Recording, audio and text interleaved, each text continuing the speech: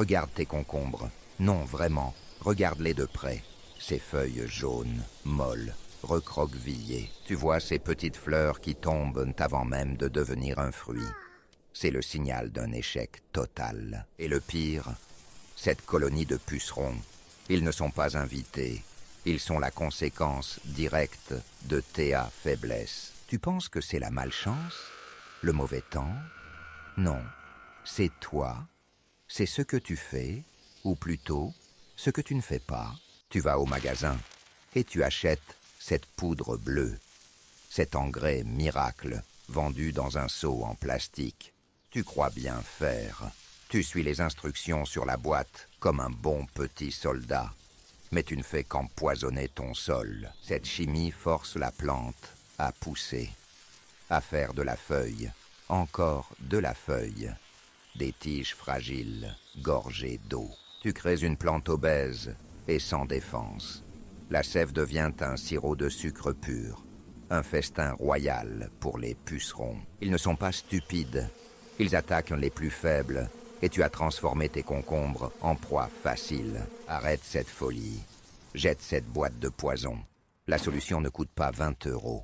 Elle coûte quelques centimes. Comprenons le problème à la racine. Littéralement. Le concombre est un glouton. Il a faim. Une faim de nutriments spécifiques. Ta chimie lui donne de l'azote à outrance. C'est comme nourrir un athlète uniquement avec du sucre. Il gonfle, mais il n'a aucune force. Il a besoin de potassium pour construire des fruits denses et croquants. Il a besoin de phosphore pour des racines fortes. Ton engrais bleu bloque tout ça. Les racines, brûlées par les sels chimiques, ne peuvent plus absorber ce qui est bon dans le sol. Ta plante est en train de mourir de faim au milieu d'un buffet toxique. Alors, on fait quoi? On réveille le sol. On donne à la plante une décharge électrique de vie.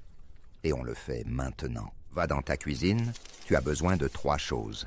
De la levure de boulanger sèche, du sucre, de l'eau tiède. C'est tout. Dans un récipient d'1 litre, verse 10 grammes de levure. C'est environ 1 cuillère à soupe. Ajoute 2 cuillères à soupe de sucre blanc. C'est le carburant. C'est ce qui va démarrer le moteur. Maintenant, verse 1 litre d'eau tiède, pas bouillante. Tu tuerais tout. Tiède comme un bain. Mélange bien.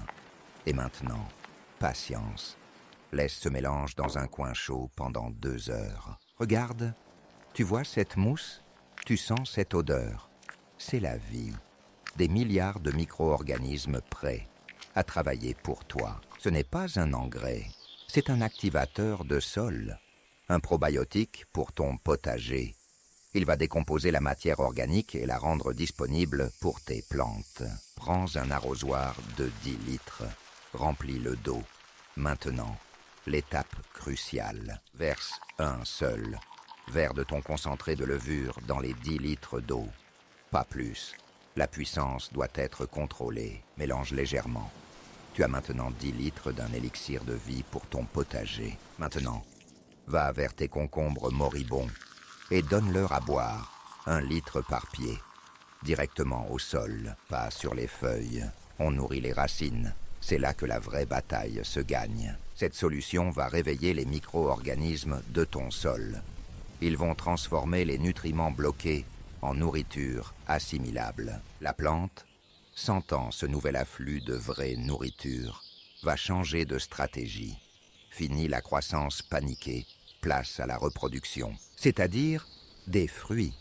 Des dizaines et des dizaines de fruits, et les pucerons, ils vont détester. La sève de la plante va se rééquilibrer.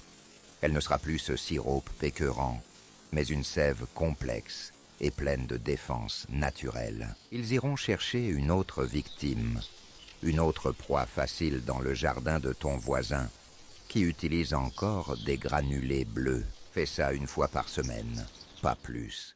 Et prépare-toi à ne plus savoir quoi faire de ta récolte. Tes plants ne seront plus des victimes chétives, ils deviendront des machines de production, pliant sous le poids des fruits. C'est ça, le jardinage.